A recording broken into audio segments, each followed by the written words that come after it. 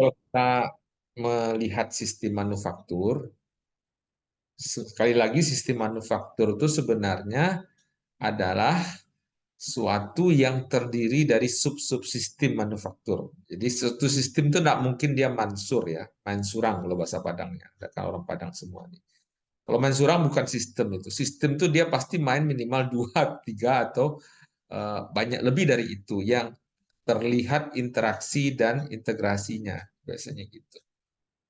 Ya, minimal dalam satu sistem manufaktur ada sistem orangnya, sistem peralatannya, ya kan begitu ya, sistem materialnya, sistem teknologi, ya, sistem fasilitasnya, ordernya, begitu ya.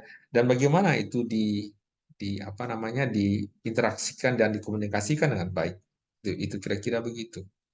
Ya, jadi aspek ini tentu harus ada. Eh, kalau interaksinya bagus, kalau interaksinya tidak bagus ada masalah pasti.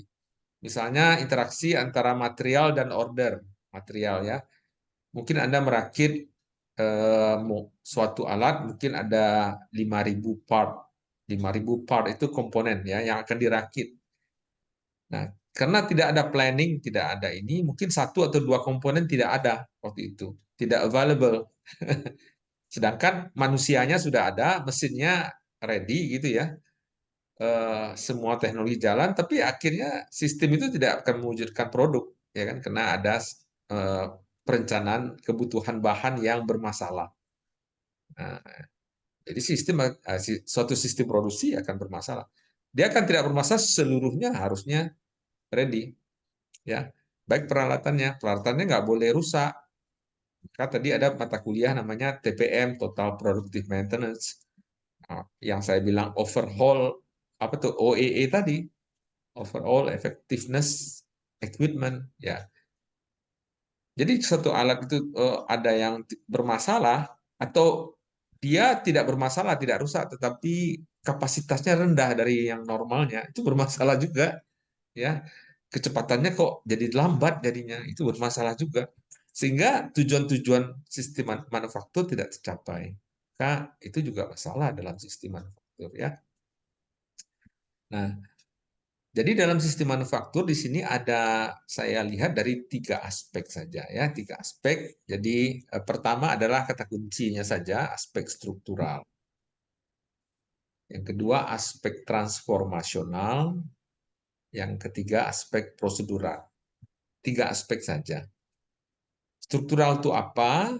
Struktur. Ya, struktur itu adalah eh, kumpulan dari strukturnya yang membentuk manufaktur kan strukturnya peralatan-peralatan yang ada di dalam ya atau manusia-manusia yang ada. Bagaimana strukturnya ya?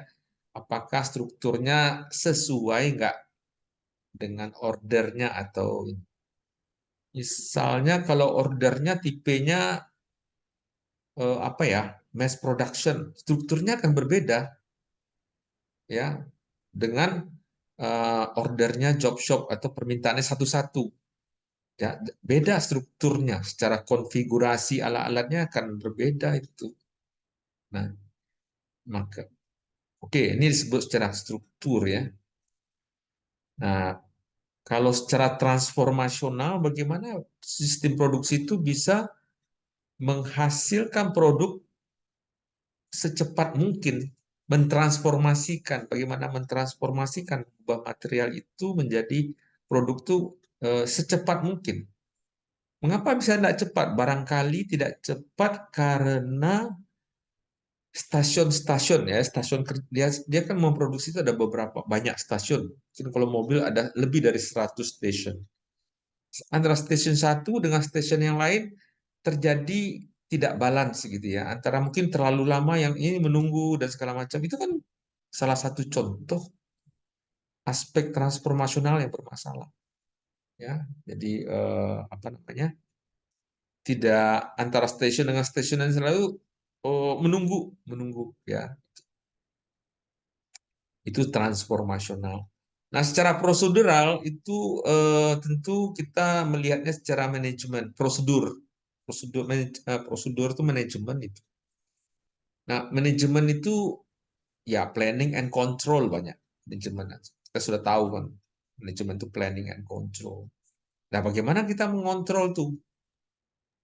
Alat kontrol yang terbaik itu adalah membuat schedule biasanya. Scheduling. Scheduling.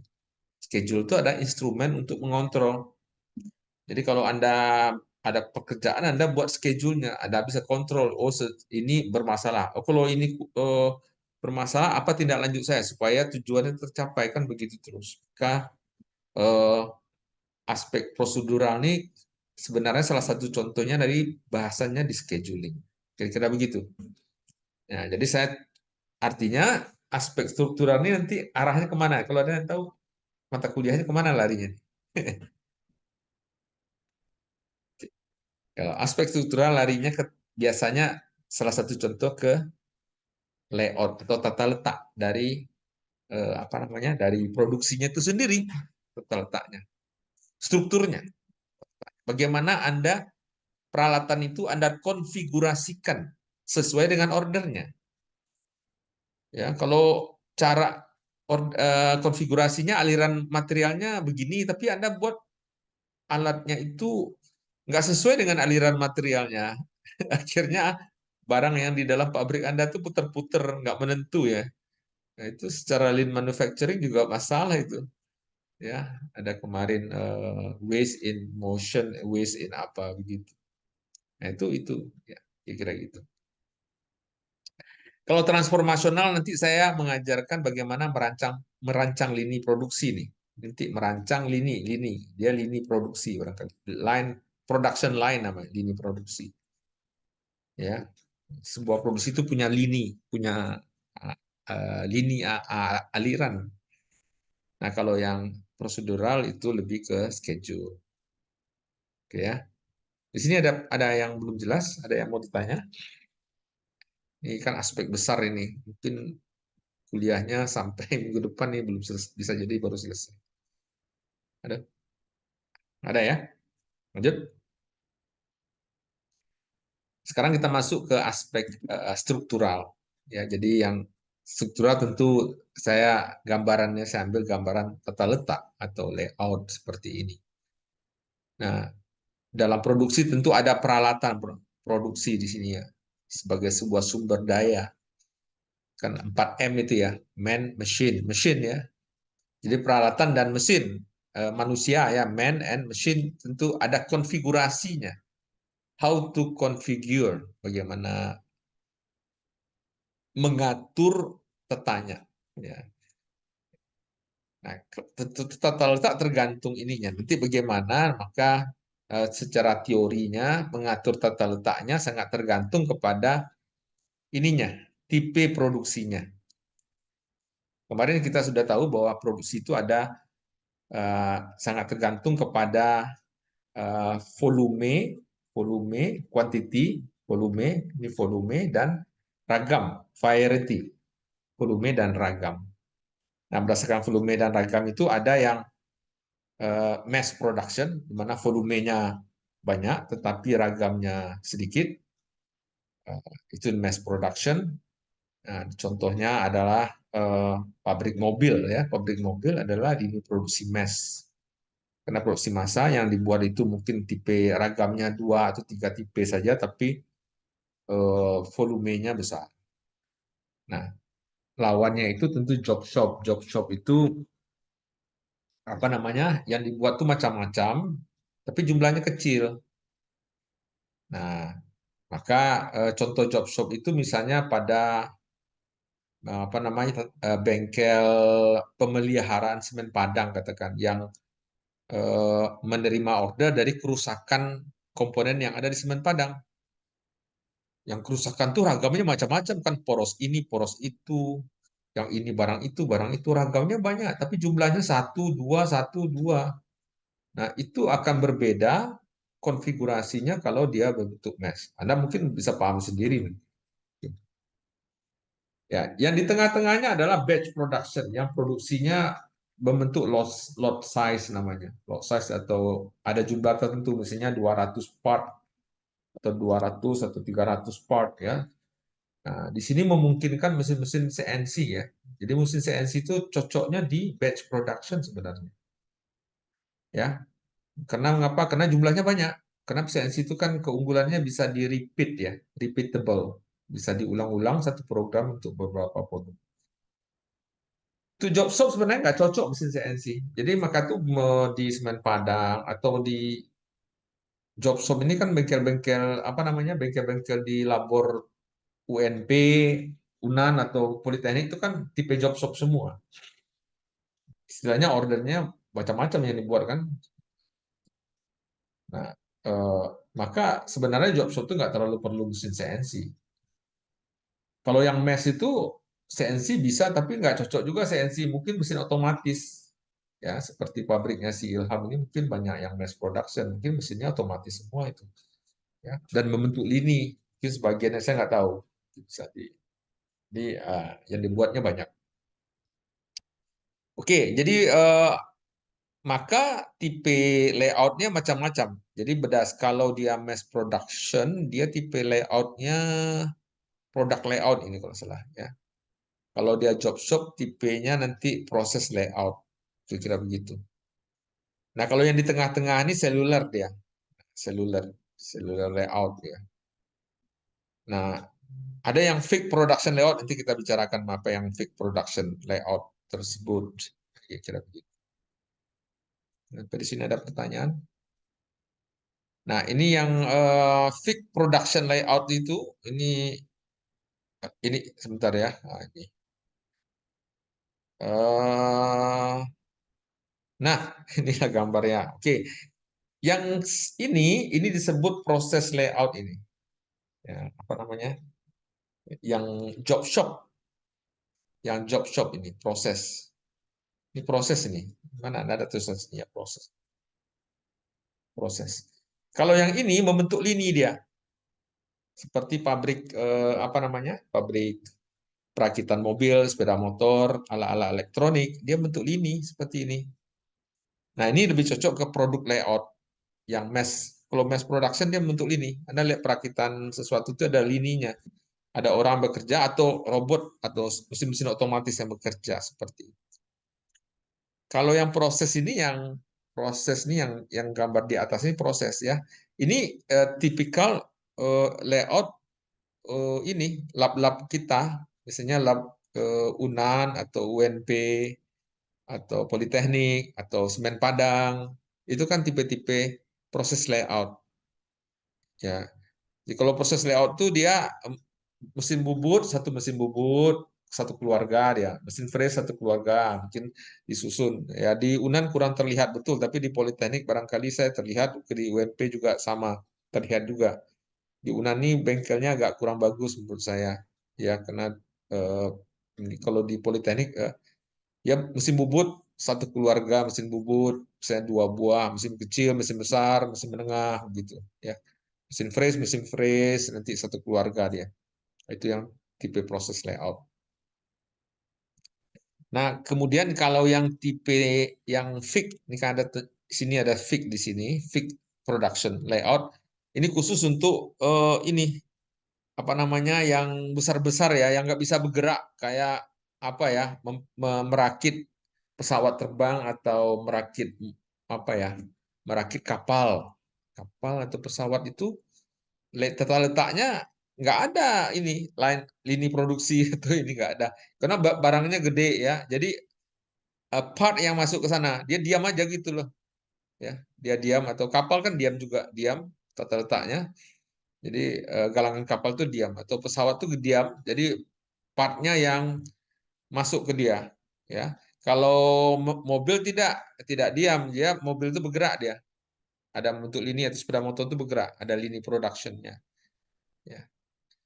Nah, tapi kalau yang eh, apa namanya tadi proses layout atau job shop ya, yang job shop ini dia apa namanya ya seperti ini ya, yang pabrik-pabrik yang umumnya di Kota Padang itu umumnya tipe job shop ya. Jadi bengkelnya itu ya satu atau dua mesin ya tidak membentuk lini apa-apa.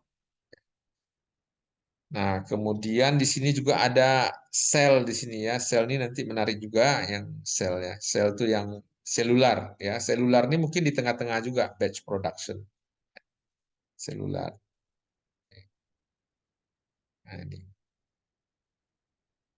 Malah yang apa namanya seluler ini banyak jadi topik-topik ini sekarang topik-topik skripsi atau disertasi apa tesis saya kira. Ini kalau Anda lihat seluler ini contohnya bentuknya U ya huruf U gitu ya. Ini nggak nampak betul ya mungkin. Ini contoh lain ya. Ini contoh lain eh, produk dan proses layout ya. Jadi kalau produk ini kan membentuk lini dia, maaf, membentuk lini. Jadi produk ini kan sekali lagi produk layout ini dia, mass production atau volumenya besar, ragamnya kecil. Jadi membentuk lini walaupun lininya belok-belok. Ini kan lininya belok, tapi membentuk line. Ini line ini.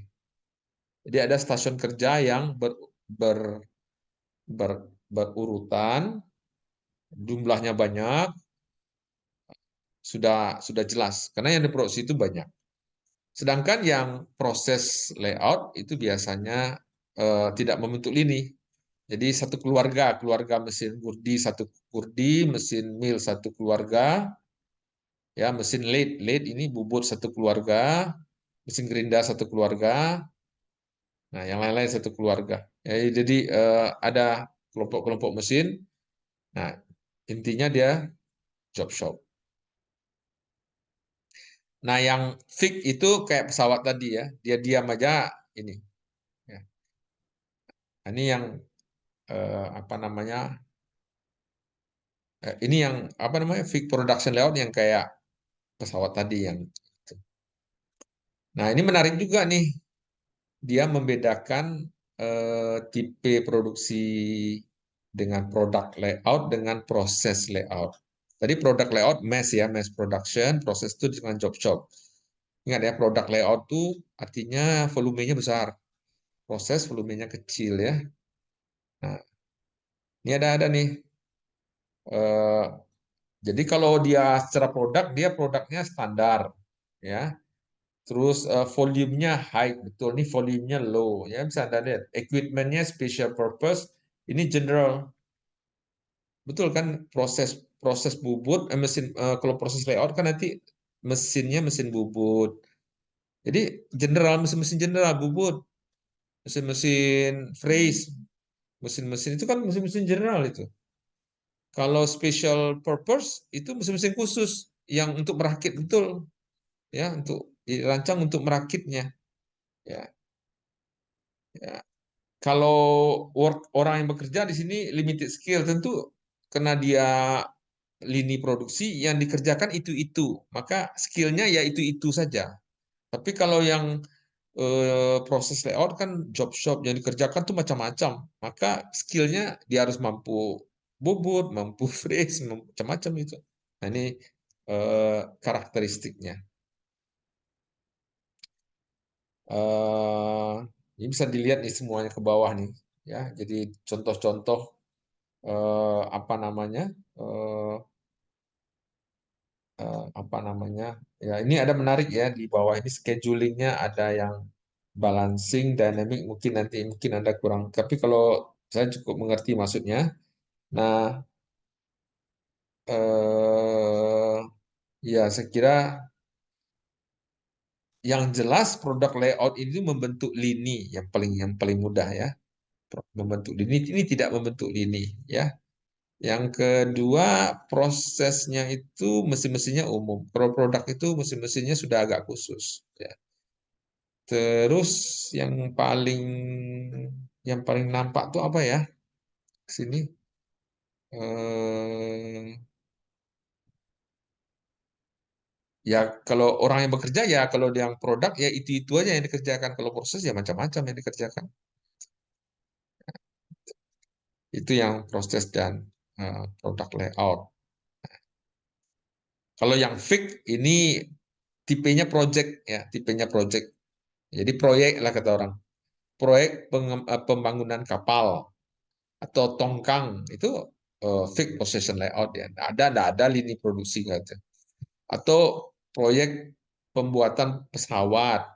Nah, itu membentuk apa namanya? fixed position layout. Jadi dia diam saja, orang yang datang ke dia. Itu tipenya. Kan begitu. Apalagi ya contoh ya. Apa contohnya lagi? Ya kalau di industri di Batam banyak sekali ya. Industri oil refinery, membuat anjungan dan segala macam itu. Hampir semuanya fixed proyek itu kan. Proyek umumnya fixed position layout. Dia diam aja. Orang yang datang ke dia. Ya, membuat produknya kan dia diam. Jadi besar dia, ya. Sering sering ukurannya adalah besar dan biayanya tinggi. Ini contoh-contohnya, ya. High skill labor. Jadi ini yang fixed position layout, ya. Kalau saya mau tanya, misalnya kalau alat elektronik seperti AC atau mesin cuci atau apalah magic gel apa gitu itu apa tipenya itu menurut Anda layoutnya? Produk Pak harusnya Pak. Ya, betul, produk layout ya. Karena dia mass production dan memang ada lininya nanti. Lininya dibuat sendiri, nanti di bagian kedua kita merancang lininya saja. Betul-betul kita rancang lininya seperti ini. Nanti bab kedua ini kita ini kan lininya nih. Ini contoh lini-lini produksinya. Nanti kita rancang ini bagaimana bentuk lininya. Sekarang layoutnya saja dulu. Nah, ini. Nah, yang banyak menarik akhir-akhir ini sebenarnya adalah selular atau yang di tengah-tengahnya tidak proses, tidak proses, tidak produk. Tentu hybrid lah. Jadi di tengah-tengah selular, selular. Jadi kalau kita lihat gambar yang di sini, yang selular ini kan yang di tengah. Kalau Anda lihat, saya lihat tulisannya ini di sini ini kan selular manufacturing bilang begitu atau batch production itu yang banyak di apa namanya kalau saya boleh melihat tesis ya tesis kalau kita lihat selular layout ya atau berapa banyak ini selular layout banyak mungkin banyak ya nah, kan sudah nampak itu lumayan banyak ya 459 ini kan kata-kata ini selular atau U-shape U bentuk U itu selular juga U-shape U-shape. Ini kan mungkin Anda tidak pernah mengerti. Coba kita cari. Ada tidak kata-kata ini? Cukup banyak. U-shape layout. Nah, U-shape. Ya, base. Kan U. Ya, U-shape. Atau apa tadi? Cellular layout. Apa tadi ya? Ya, selular tadi. Ya, cellular layout tadi ya. Apa cellular manufacturing boleh juga. Ya, banyak juga nih. Kalau ini banyak barangkali karena umum ini. Nah, ini lebih banyak 3 juta, hampir 2.800.000. Ini umum ya, design of cellular manufacturing. Nah, dalam mendesain cellular manufacturing, layoutnya dipakai cellular layout nanti kira-kira. Ada handbooknya juga cellular. Jadi apa namanya? eh, Nanti kita mengenal istilahnya group of technology. Ini ada yang menarik nih. And cellular. Jadi dia terkait ya group of technology dan cellular layout. Apa itu group of technology?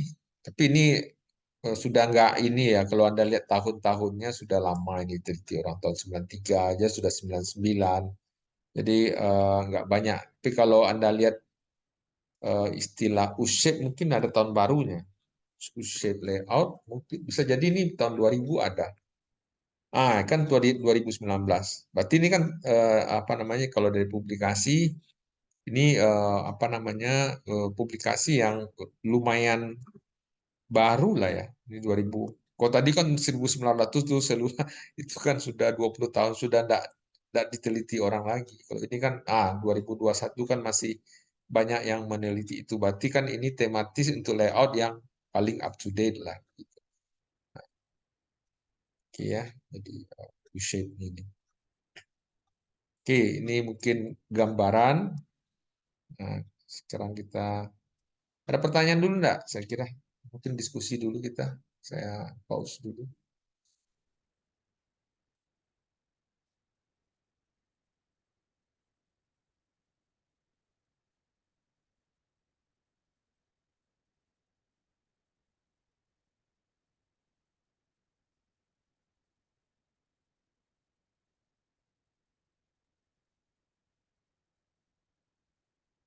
Ada? Belum ada? Ada?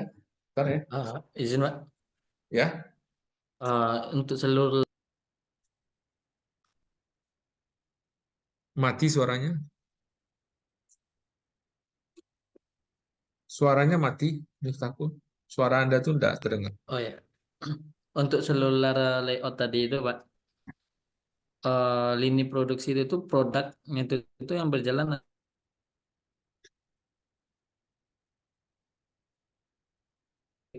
sesuai dengan itu tadi Pak. Oh, kurang jelas ya. Bentar, bentar, bentar. Bentar ya. Suara Anda enggak jelas. Suaranya enggak. Maaf, suaranya enggak. Eh, untuk apa itu Pak, yang sistem dari seluler layout itu Hmm. tuh apa mungkin itu tuh di antara pengelompokan dengan lini tadi Pak. Itu tuh dilaksanakannya itu tuh dikelompokkan dahulu atau emang berjalan kayak lini produksi tadi itu Pak. Pertama, dia lebih cocok untuk ini ya. Sebentar ya. Dicocok untuk volume yang tidak terlalu banyak ya, dan ragam yang dibuatnya juga tidak terlalu banyak. Nah, itu pertama, itu inti dari uh, seluler. Kalau yang volumenya banyak, Anda pakai mass production aja, bentuk lini dia, ya begitu. Kan kebayang ya kalau misalnya kue bolu yang dibuat tuh banyak sekali ya, kue bolu meranti yang dibuat mungkin mungkin di kue bolu meranti di Medan itu sudah buat lini produksi dia. Kan begitu ya, kira-kira. Nah, tapi kalau selular layout ini tentu apanya yang cocoknya ragamnya tidak banyak atau tidak banyak, tapi tidak satu juga. Nah, dan apa namanya volumenya juga tidak banyak sekali, tapi juga tidak tidak sedikit juga. Jadi, gitu. Berarti Pak, misal seperti kayak orang produksi tahu gitu Pak. Oh, tahu ya, itu Ya, makanan ya. tahu. Bisa jadi, bisa jadi. Tahu kan ya, tahu itu tidak mes itu ya. Kecuali tahunya yang buatnya untuk se-Indonesia bisa jadi mass production ya. Ya, bisa jadi, ya, bisa jadi. Dan tidak buat sedikit juga tahunya kan gitu ya. Oke. Nah, baik ya, mungkin karena Anda swingnya ke tahu ya agak bingung juga saya. Tapi betul juga itu. Kalau kalau saya kan tadi dalam konotasinya ke produk ya. Ya. Eh, Mengapa timbul apa namanya seluler ini? Kadang-kadang juga ada masalah istilah GT ya. GT itu adalah Group of Technology. Apa maksudnya Group of Technology? Bahwa yang dibuat yang jumlahnya juga beragam ini bisa apa ya dikelompokkan atas teknologinya gitu. Maksudnya gini, bentuk produk yang dibuat itu kan secara bentuk bisa kita golongkan bentuk silindrik atau bentuk prismatik barangkali. Contoh, barangkali ini ya saya lihat gambar dan ini satu grup ini. Mana ya? Ya itu. Satu grup nih 4 buah ini. Ya. Sedangkan yang satu lagi ini dan ini satu grup lagi nih barangkali. Nah, dan satu lagi grupnya barangkali ini ya. Ini, ini dan ini satu grup ini. Artinya ada grup apa namanya? Grup silindrik, grup prismatik dan grup plate atau plat bisa jadi. Ya, bisa jadi begitu. Berdasarkan teknologinya, tentu kalau bentuknya begitu, tentu teknologi membuatnya juga berbeda. Jadi kalau grup silindrik kan teknologi membuatnya tentu mesinnya mesin-mesin bubut atau mesin-mesin gerinda silindrik atau boring atau itu ya, mungkin drilling. Itulah grup-grup atau sel-sel.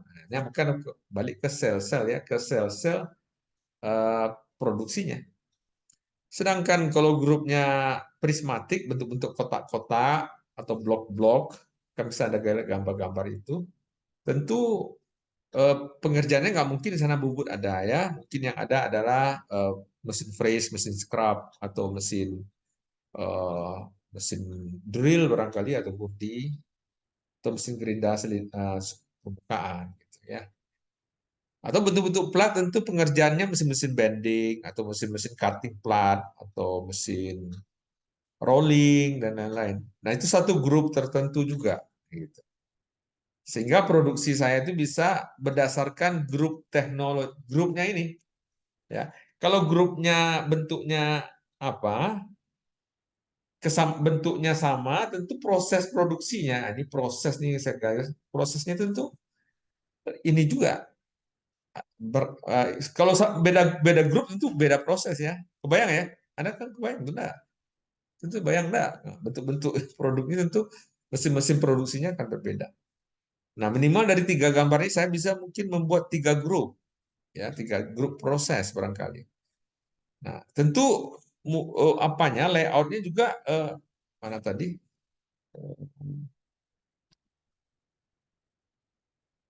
Mana ya? Mana tadi? Eh, ya, saya balik sini. Nah, tentu juga dia eh, tata letaknya juga barangkali ini satu ya saya boleh lukis. Ini satu grup mungkin, ini satu grup, mungkin ini satu grup pengerjaan, ini satu grup pengerjaan yang terkait satu sama lain. Nah, itu. Nah, kemudian bentuknya itu bentuk U. Maka itu U shape. U itu ini nih. Ini kan bentuk U ini. Ini U namanya. Kalau saya lihat, saya buat gambaran besarnya U. Nah, mengapa U itu menjadi penting? Karena dengan U ini, ininya material movementnya jadi kecil. Pergerakan material atau pergerakan orang di sana, di sini, menjadi sangat sedikit. Sehingga lebih efisien dia. Jadi secara tata letak dia lebih efisien. Tata letak yang membuat pergerakan itu berjauhan itu dihindari dalam layout, ya. Jadi harus sedekat mungkin, ya. Dan ya barangkali nanti ceritanya kalau panjang ceritanya nanti di perkembangan dunia itu, perkembangan produksi itu ada yang disebut dengan permintaan itu sangat berfluktuasi. Jadi permintaan itu kadang-kadang banyak sekali, kadang-kadang sedikit sekali, kadang-kadang sedang, kadang-kadang sedikit. Nah, itu nggak tahan sistem produksi ininya. Sistem produksi yang paling enak itu kan permintaannya udah terrecord, wah segini aja, itu mudah membuat sistem produksinya, tata letaknya ini. Nah, jadi kalau sistem produksinya kayak apa tadi, yang lain dan segala macam, tapi kalau permintaannya itu berfluktuasi atau sangat dinamik, itu kacau juga itu. Ya, untuk apa membuat lini tapi permintaannya kadang-kadang cuma 2 1 hari itu. Wah, kacau kan? Rugi saya.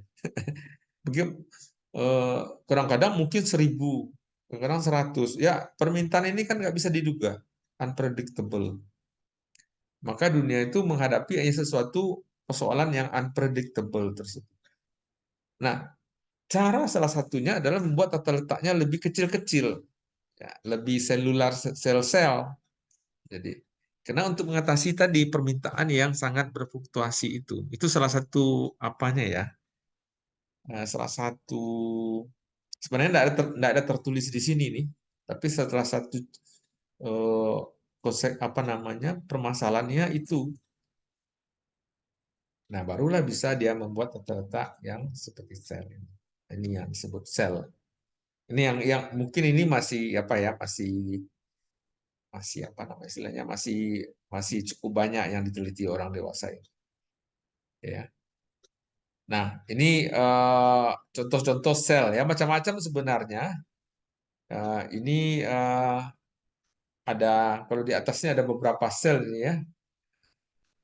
Ada beberapa selular, ada 4 mungkin ya. Kalau ini ada 3 sel ya, berdasarkan ininya. Nanti ini mungkin ini apa ya teknik cara ininya, cara ini memang perlu belajar lagi nih. Saya memang nggak terlalu ahli di sini. Ini secara matematik dia yang sebelah kanan ini, bagaimana yang ini itu dibuat keterkaitan ini hubungannya dengan ini nih, dengan apa namanya? Dia berhubungan enggak mesin satu dengan mesin yang lain? Apa keterkaitan mesinnya satu ini setelah ini ke sana lagi enggak gitu. Kan keterkaitan ya. Setelah mesin ini ke. Nah, kalau keterkaitan suara saya agak kurang jelas. Kalau keterkaitan itu kasih ini apa namanya silang-silang ini. Nanti dia yang silang-silang begini, dia menjadi begini dia. Nah, kalau sudah menjadi begini, dia boleh boleh kita bilang layoutnya bagus secara seluler. Jadi ada bentuk tiga sel ini, ya seperti gambar yang kanan ini. Dari yang acak ini jadi tiga sel. Nah ini beberapa ini ya bisa di kalau tertarik ya dipelajari lagi. Ini bagaimana cara membuat eh, sesuatu itu menjadi selular yang betul-betul efektif. Nah itu. Maka itu eh, menjadi penelitian-penelitian di akhir banyak yang apa namanya yang tahun-tahun akhir ini karena ada masalah-masalah seperti ini sebenarnya. Ada metodologi cara membuat seluler itu. Ya, ada pertanyaan? Nah, kalau tidak ada pertanyaan di sini. Kalau tidak ada sebenarnya aspek eh, sebenarnya kuliah ini panjang ya, bisa jadi saya perlebar. Karena tata letak itu kan tata letak pabrik itu kan satu mata kuliah di TI ya. Ya. Nah, saya membahasnya dalam 5 atau 6 slide saja. Ya, tapi itu intinya sebenarnya, intinya ya. Tata letak itu ya. Jadi tata letak itu sekali lagi disebut aspek struktural produksi, artinya aspek yang berhubungan dengan bagaimana kita mengkonfigurasi ya, menata letakkan, mengkonfigurasi peralatan-peralatan saya. Nah, konfigurasi peralatan atau tata letak saya itu sangat tergantung kepada bagaimana karakteristik produksi saya. Kan begitu ya? Karakteristiknya sangat tergantung kepada volume, ini tadi production quantity itu volume namanya, dan ragam, production variety, ragam produk saya. Nah, berdasarkan ragam produk, kemarin sudah kita jelaskan ada yang tipe produksi mass, ada yang batch production, ada selular, ada yang tipe job shop. Tapi di lain pihak ada juga yang desainnya fix kayak proyek. Nah, itu kayak membuat kapal, pesawat terbang itu sudah fix seperti itu.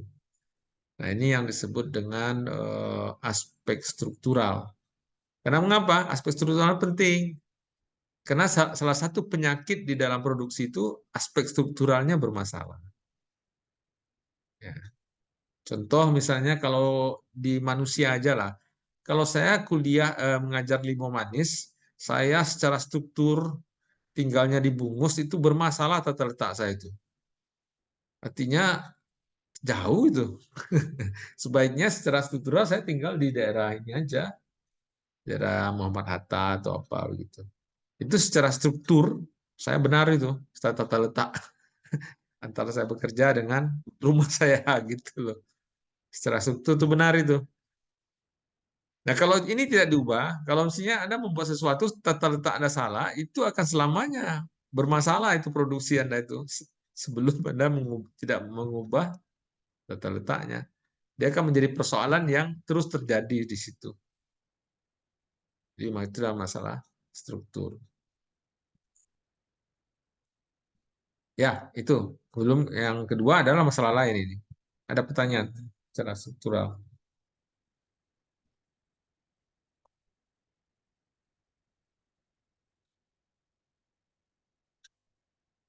Isi Ilham ini udah nggak tahu saya gimana nih.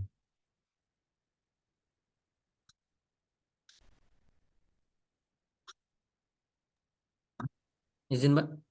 Ya, ya, silakan. Berarti kalau dalam seluler layout itu tuh emang harus memenuhi dari aspek yang tiga aspek tadi itu, Pak, struktural sama transformasi dan satu lagi itu yang prosedural itu berarti emang selalu berkaitan terus atau gimana, Pak?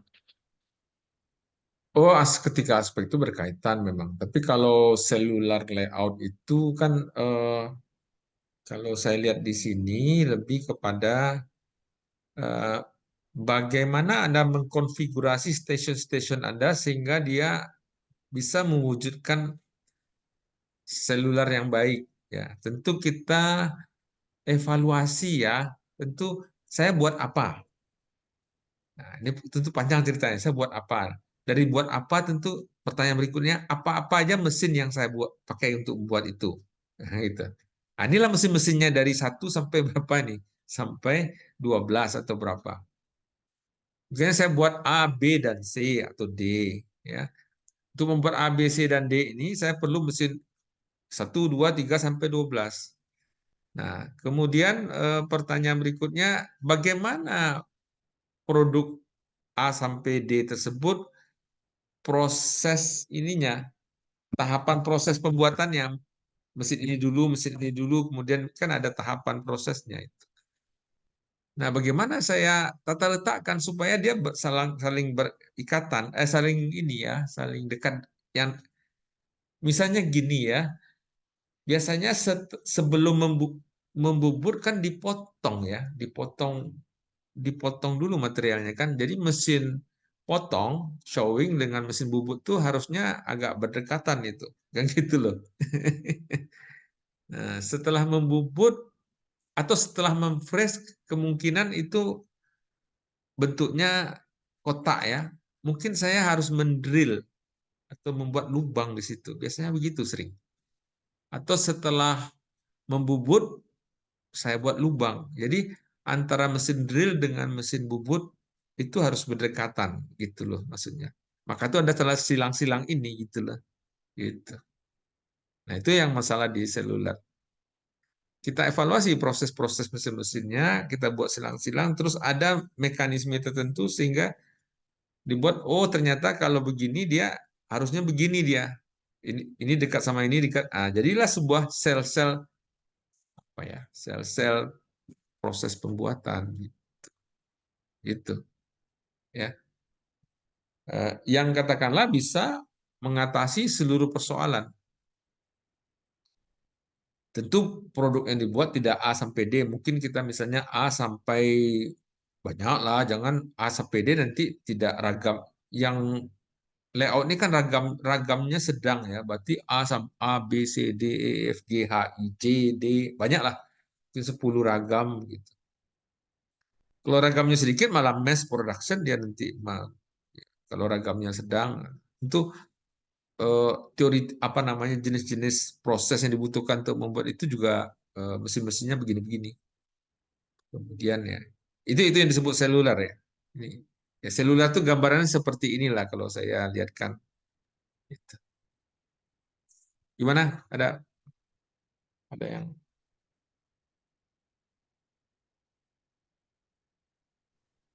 Berarti bagaimana cara kita mengatasi permasalahan seperti kayak mengurangi pemborosan waktu seperti itu ya, Pak? oh iya, ya. Itu ujung-ujungnya kan itu supaya kalau ujung-ujungnya kan ada pengaruhnya ke lean manufacturing apa supaya motionnya tidak apa namanya tidak banyak betul ya. Motion itu kan pemborosan. Kalau terlalu banyak bergerak dia kan setelah ini contohnya di semen Padang itu gini ya. Tata letak untuk mesin yang besar yang akan memproses benda kerja yang besar menurut Anda letaknya di mana? Di depan, di tengah atau di belakang menurut Anda? Di untuk mengolah bahan Mesin, material yang mesin ini kalau produknya kecil-kecil yang diproduksi mesinnya di mana bagus? Kalau mesinnya produknya itu mesin yang gede lah, mesin gede itu kan mungkin mesin yang bisa memproduksi benda yang di atas 1 meter gitu ya. Itu di mana diletakkan? Di bagian depan, Pak. Ya, di bagian paling depan. Mengapa? Karena kalau di bagian paling belakang, Anda habis waktu untuk mentransfer benda gede itu ke belakang pakai crane kan berat sekali, ya Iya, kan? Pak. Nah, itu kan gerak apa namanya gerakan percuma tuh waste itu kan. Padahal kalau Iya. kalau mesin Anda udah pindahkan di depan, cukup aja langsung sampai ke sana kan gitu. Dengan sekali ya, langsung ke mesin dan langsung dioperasikan. Nah, itu contoh sederhananya. Jadi kalau Anda buat pabrik, kalau mesinnya besar, udah paling di depan itu. Jangan sampai ke belakang. Kalau ke belakang Anda, ya gila juga tuh. Terpaksa bangun crane untuk memindahkannya ke belakang kan. Itu sebenarnya kalau di depan nggak perlu investasi itu tuh. Gitu. Yang gitu ya. Nah, itu logika-logika sederhana lah dalam tata letak. Ya, bisa mengerti ya maksudnya. Bisa, Pak. Hmm. Oke, sudah selesai. Ah, Jadi memang betul itu tata letak itu kan ujung-ujungnya bagaimana waktu lah, dimensinya waktu. Ya sama dengan saya tinggalnya dulu di Kota Padang tuh di daerah Rawang, ya, Teluk Bayur. Saya ke Unan itu 45 menit. Kemudian saya ubah tata letak saya pindahnya di daerah Sipangharu.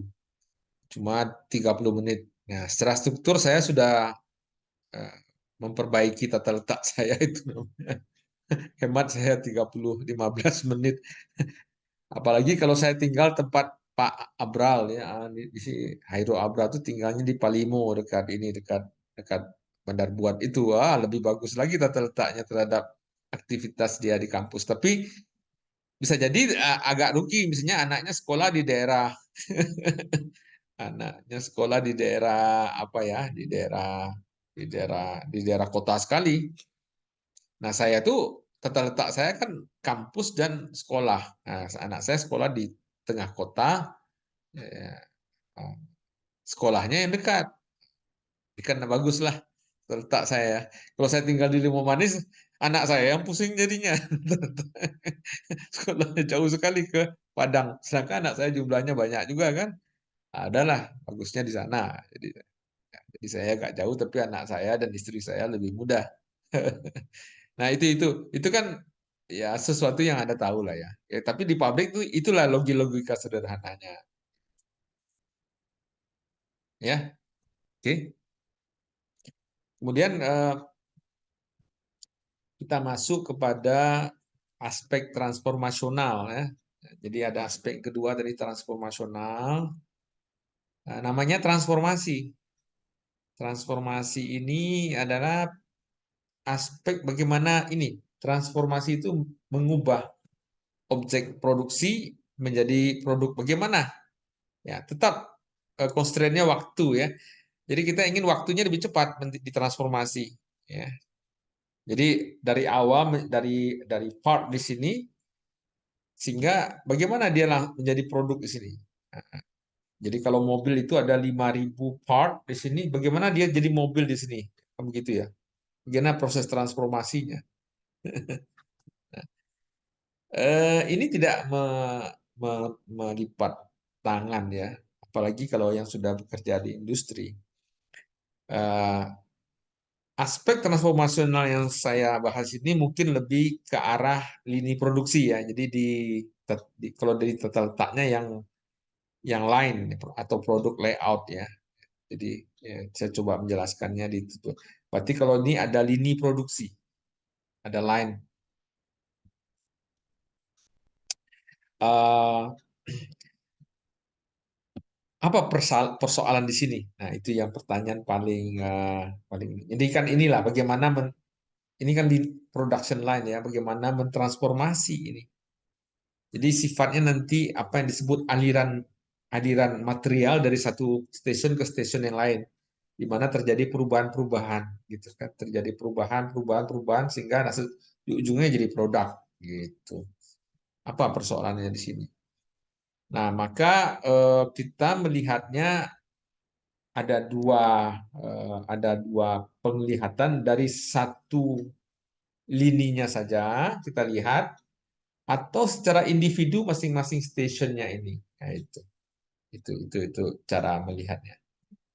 Ya, tentu pertama kita melihatnya dari ini ya, dari apa stationnya. Bentar ya. Oh, enggak ada di sini ya. Oh, langsung. Dari stationnya. Dari stationnya sebelum ke lininya. Nah, di stasiunnya ini kan ketemu 4M tersebut. Kalau station kerjanya. Jadi man, machine, material, dan method. Pasti ketemu itu. Kalau Anda lihat gambar stationnya, ada orang di sini yang bekerja, ada peralatan di sini, mesin yang dipakai, ada material yang masuk di sini, material atau part di situ, ya, part. Nah, jadilah dia ASI di sini yang mau diproses di mesin berikutnya, nanti ada lagi material yang masuk, orang juga, ada mesin juga ini dipakai, kan begitu. Nah, persoalannya di sini adalah oh ini enggak, katanya adalah availability, ketersediaan, ya, availability, ya. Jadi availability-nya adalah ketersediaan dari 4M ini. Kalau tidak tersedia dia empat-empatnya pada saat yang sama, tidak akan jalan itu transformasional kamu. Ya, contoh, kalau mesinnya tidak tersedia, artinya mesinnya rusak, tidak bisa itu proses jalan. Atau katakanlah mesinnya bagus, listriknya yang nggak ada. Kayak di Padang itu ya, mesinnya mati, listriknya mati. Nggak jalan juga aspek transformasional. Satu aja aspeknya. Semuanya oke, orangnya ada, mesinnya bagus, bisa dipakai untuk merakit dan segala macam. Tapi materialnya mungkin kita merakit 6 part menjadi satu part di situ. Mungkin 5 part ada, satu part nggak ada, ya kan nggak jadi juga. Ya. Jadi availability, ketersediaan, isu-isu ketersediaan itu. Atau semuanya ada tapi orangnya sakit, atau orangnya tidak ada, tidak available juga. Metode nggak usah lah kita bahas ya. Metode ya kita anggap asumsinya teknologinya sudah orang tuh udah tahu. Ya, bisa jadi teknologinya nggak tahu cara melakukan proses itu, dia harus belajar dulu. Ya, dianggap sudah tahu. Jadi dalam suatu station itu ada persoalan ketersediaan sebenarnya. Nah, itu. Nah, jadi dan itu manajemen itu. Anda harus bisa merencanakan planning tentang mesinnya, ya. Maka itu namanya nanti ada topik besar itu total productive maintenance kalau ada cari di. Saya kira nih tema-tema yang besar ya total productive kalau Anda mencari di ya TPM misalnya atau sick big loose misalnya. Ini dua kata ya. Apakah ada nih sick big loose? Nah, TPM ada. TPM sick big loose kan tadi maintenance ya. Ya, TPM sick big loose banyak ini ternyata dua kata ini. TPM aja banyak sekali pasti. Tapi TPM OEE namanya ada ini. Lumayan banyak 15.000 nih. Itu ya dua kata ini, TPM OEE, OEE TPM, OEE TPM. Ya, ya, ya. OEE TPM. Overall Effective Equipment dan TPM, Total Productive Maintenance. Artinya, Total Productive Maintenance adalah persoalan letak di mana? Di stasiun kerjanya satu buah nih. Jadi setiap stasiun kerja yang ada ini punya masalah ketersediaan. Ya. Apakah mesinnya bagus nggak? Jadi harus dibuat mesinnya bagus. Ya, harus dibuat listriknya ada. Atau mesinnya bagus tapi tidak menghasilkan defek lah. Itu aja lagi. Mesinnya udah bagus tapi dia berjalan produknya defek terus. Nggak bagus itu. Ya, masalah juga mesinnya. Jadi ini, nah ini kalau satu. Tapi kalau stasiunnya sudah digabung menjadi beberapa stasiun membentuk lini deh ya. Ini di atas ini lagi nih. Itu ya hierarkinya. Itu di atas sini. Maka persoalannya bukan availability lagi, bukan ketersediaan. Masalahnya adalah masalah line balancing. Artinya balance. Balance itu seimbang. Balance. Artinya apakah waktu mengerjakan di sini dengan waktu mengerjakan di sini itu sama nggak? Idealnya seluruh waktu yang proses untuk mengerjakan ini, waktunya sama. Idealnya. Seperti orang gotong royong itu memindahkan batu dari satu tempat ke tempat yang lain itu sama. Nah, itu yang disebut dengan cycle time namanya. Waktu cycle-nya itu sama. Idealnya begitu. Tapi belum tentu stasiun ini bisa terancang dengan waktu yang sama semua. Harus dirancang dengan akurat itu supaya dia sama.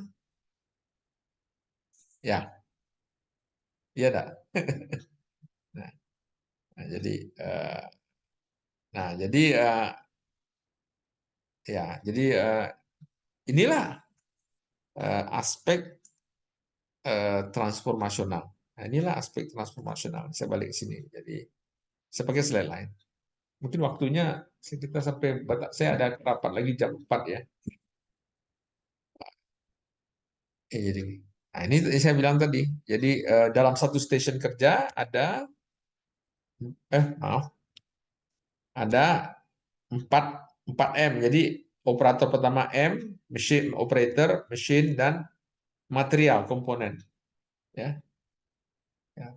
Ada mata kuliahnya produktif ya. Ya. Kalau operatornya sakit ada masalah ergonominya. Komponen yang dirakit harus datang semua, harus just in time. Ada mata kuliah yang disebut just in time. Ada mata kuliah yang disebut MRP, Material Requirement Planning. Ini satu mata kuliah, ini satu mata kuliah, ini satu mata kuliah, ini satu mata kuliah ini. Minimal 4 mata kuliah. Mungkin ergonominya bisa 5-6 mata kuliah. Jadi 4 atau 5 mata kuliah itu ujung-ujungnya agar station ini available ini. Jadi itu big picture dari sistem produksi itu. Ini kan yang saya terangkan satu kuliah TI ini kan. Satu kuliah TI itu isinya itu. Tapi ya secara garis besarnya big picture gitu. Di TI itu ada mata kuliah MRP, namanya Material Requirement Planning, ada Just in Time, lihat dari silabusnya. Ada Total Productive Maintenance, mungkin pilihan, ada ergonomi, banyak itu. Tapi inti-intinya, mengapa ada kuliah itu sebenarnya untuk menjaga produksi Anda itu on time, tersedia, selalu oke, selalu jalan. Salah satu tidak jalan, dia harus tiga-tiganya sinkron jalan ya. Jangan sampai. Jadi salah satu aja bermasalah, Anda tidak jalan produksinya. Kan begitu. Ya. Nah, kemudian kalau dia beberapa stasiun kerja, masalahnya line balancing tadi. Ini tidak boleh nih. Ini tidak salah nih. Nah, yang harusnya sama nih, rata nih. Segini nih yang sebelah kiri nih. Ini tidak boleh nih. Harusnya ini rata nih. Stasiun dan ini semuanya waktunya sama. Nah, maka ada desain-desain kalau dia tidak rata, bagaimana nih supaya rata? Nah, ditambah-tambah ini. Dipindah-pindahkan ini. Dipindahkan, memindahkan. Supaya sama. Ya kalau sedikit ini ya udahlah. Bisa sama. Atau dia mungkin ini 9 menit ya. Ini 5, ini 4,5. Ini kan kacau ini. 9 menit di sini, yang ini nunggu terus ini. Yang ini nunggu. Ya, yang ini nunggu. Nah, nah bermasalah, maka mungkin secaranya diparalelkan dia supaya sama lagi. Ya, supaya sama, supaya balancing. Ya, line balancing nih. Ya. Nah, atau melakukan rasionalisasi, misalnya ini begini satu stasiun tinggi, yang nilainya sama semua nih. Berarti ini kacau satu ini. Berarti ya udah dirasionalisasi. Udah pakai mesin lain. Misalnya mesinnya mungkin mesin manual, mesin meeting otomatis sehingga waktunya pendek aja. Dirasionalkan. ya, mengubah stasiun manual menjadi yang otomatis. Mungkin terpaksa nih didesain khusus nih, maka itu pekerjaan anak-anak di Jerman kalau tesis S2-nya yaitu ini ada masalah nih stasiunnya nih. Dibuat gimana buat stasiun otomatis sehingga waktunya seimbang semua nih. Cycle time-nya sama semuanya. Jadi semua stasiun itu waktunya sama sehingga nanti oh ini. Kalau enggak ngaco nih yang satu ini tinggi sendiri dia. Enggak boleh. Nah, atau yang tinggi semua ini ada produksinya yang bisa dilakukan di tempat lain. Dilakukan pre-assembly namanya, pre-assembly. Di pre-assembly tempat lain. Nah, maka ini caranya pre-assembly. Mungkin udah deh sebagian ini prosesnya di tempat lain aja di pre-assembly sehingga di tempat saya jadi sedikit prosesnya sehingga sama. Nah, oke ya, itu. Ada pertanyaan. Ini sebelum kita contoh soal untuk PR ini. Ini bisa jadi PR tapi nggak mungkin saya nggak bisa sekarang saya kasih PR-nya. Biasanya saya kasih ujiannya ini nih. Ada pertanyaan?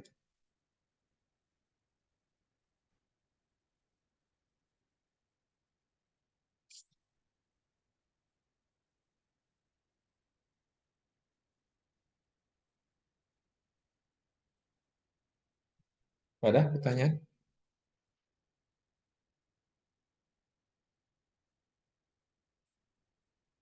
Ya mungkin kita sekitar 10 menit lagi ya. Mungkin sudah. Ada pertanyaan?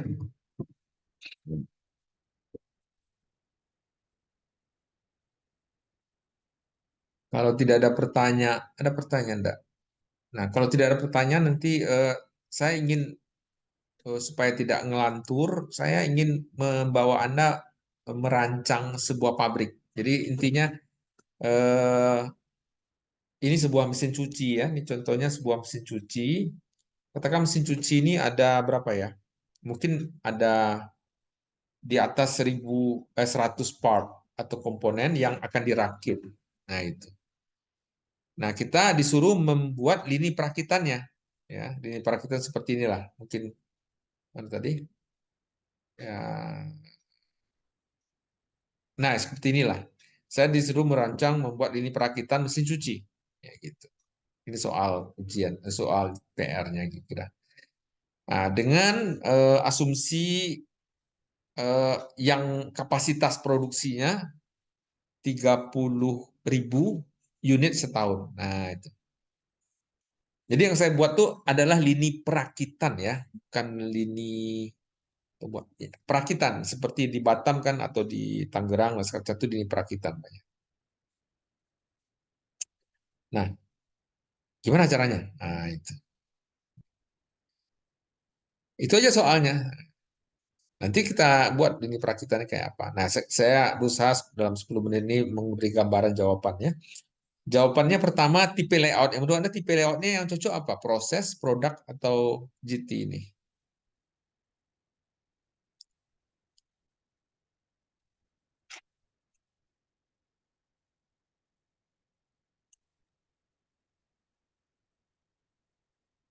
Oh, tipe produk kayaknya, Pak. Ya, ini sudah ada sih produk. Mengapa? Karena apanya volume yang diproduksi cukup banyak kan? Iya, cukup bisa, Pak. Ya. Sedangkan yang dibuat itu cuma satu aja mesin cuci. Ragamnya sangat kecil, di volumenya di produknya kan sudah ada sih. Ya. Oke. Berarti dia akan membentuk lini produksi. Berarti ada station 1, station 2, station 3, 4, dan seterusnya sampai menjadi mesin cuci. Kan begitu. Berarti bentuk production line. Ini kira-kira jawaban yang kita inginkan. Kemudian kita eh, mesin cucinya ini yang jumlahnya 100 part ini kita harus eh, ikuti dulu bagaimana proses urutan ininya, urutan perakitannya. Nah, kali gitu, ya. Nah, terus apa-apa saja alat yang dipakai untuk merakit. Terus tentu komponennya itu nanti ada apanya ya, disimpan dalam kotak-kotak nanti ya, kotak-kotak kontainer. Nah, kontainer-kontainer apa saja yang diperlukan untuk itu. Nah, ini gambaran umum. Kemudian Anda harus melakukan menghitung. Misalnya kan tadi ada lebih dari 100 part komponen di sini ya. Anda rakit sendiri dulu berapa waktu yang diperlukan dalam merakit satu komponen saja, ya. Tidak membentuk lini dia, satu komponen itu Anda rakit berapa. Nah, katakanlah saya merakitnya, saya coba dalam soalnya diketahui saya butuh 25 menit untuk jadi mesin cuci. Ya seperti itu. 25 menit dari apa namanya? Dari pecah-pecah ya, dari pecah-pecah. Dari part-part tadi ya. Dengan mesin-mesin dengan alat-alat tertentu dalam proses. Nah, itu pertama. Jadi yang pertama itu kita perlu waktunya ini. Biasanya dalam soal diberikan, kemudian dalam menghitung pabriknya saya harus memberikan allowance. Allowance ini artinya kan manusia dalam bekerja itu kan katakanlah 25 menit nggak kayak robot dia. Pasti dia kadang-kadang ngolor ngidur cerita pemilu, cerita Prabowo, Anies atau cerita sepak bola Semen Padang atau apalah. Atau ke WC dia nanti ya. Jadi harus ada allowance. Allowance itu waktu apanya ya? Ya dikasihlah waktu. Nggak semuanya deh manusiawi lah. Ya. Maka tergantung. Kalau dalam soalnya dibuat asumsi 5% allowance-nya bisa jadi 10% ya. Tergantung disiplinnya sana kan gitu. Maka tentu nilainya kalau 5% kan 100/95 karena 5% kali 25 menit ini. Maka waktu yang dibutuhkan yang betul-betul terjadi di lapangan kan lebih dari 25, 26,3 di situ. Kira-kira begitu. Nah, inilah waktu standar disebut. Sedangkan waktu normalnya sekian. Waktu normal ini ketika kita merakit dari ini ya itu. Jadi perlu ada perhitungan semacam allowance begini. Ya itu biasa di dalam perhitungan pabrik. Mungkin tidak 26, 27 jadinya. Kalau allowance kita besar. Ya. Kalau di pabrik kita gelap, oh nih Pak, ini pekerjaannya suka begarah ini ya, udahlah kita kasih lawan juga besar. Sebenarnya itu tergantung disiplin yang ada di situ. Oh ini panjang lagi ya. Nah, besok aja lah minggu depan ini sudah azan di sini ya. Begitu. Ini panjang. Silakan dipelajari nanti saya kasih ininya di sini. Nah, kemudian dari sini kita hitung-hitung dari kapasitasnya kan mintanya tadi 30.000 ya. Berapa? 30.000 unit per tahun dari waktu yang tersedia nanti nampak itu berapa menit harus diselesaikan. Nanti ketemu dia berapa station ujung-ujungnya berapa station kerja dia harus dilakukan. Nah, berapa station? Nanti ada ketemu nih berapa station kerja yang harus dilakukan nanti. Nah, dari station kerjanya nanti barulah kita station kerjanya ini kita urut-urutkan ini station kerjanya. Misalnya kita butuh untuk itu ada perlu 6 sampai 7 station kerja, itulah yang nanti menjadi station kerja dan perancangan ininya ya, part-partnya nanti masuk ke sana. Karena ada 100 part yang masuk ke sana. Nah, part-partnya ini biasanya di tempat penyimpanannya ada kontainer-kontainer seperti ini. Ini kontainer semua nih gambar-gambar ini adalah penuhnya dengan kontainer-kontainer part. Karena partnya 100 contohnya. Banyaklah kontainer itu masuk. Jadi pabrik itu sebenarnya isinya kontainer-kontainer tempat meletakkan part sehingga dia dirakit. Gedenya pabrik itu sebenarnya kontainernya, kontainer seperti itu yang membuat station utamanya ya begitu. Kira-kira begitu. Nah, karena waktunya habis, ya ini saya beri gambaran saja. Mudah-mudahan minggu depan saya bisa menerangkan dan mungkin kita ada tugas sedikit. Itu aja dari saya. Terima kasih. Ada pertanyaan lagi?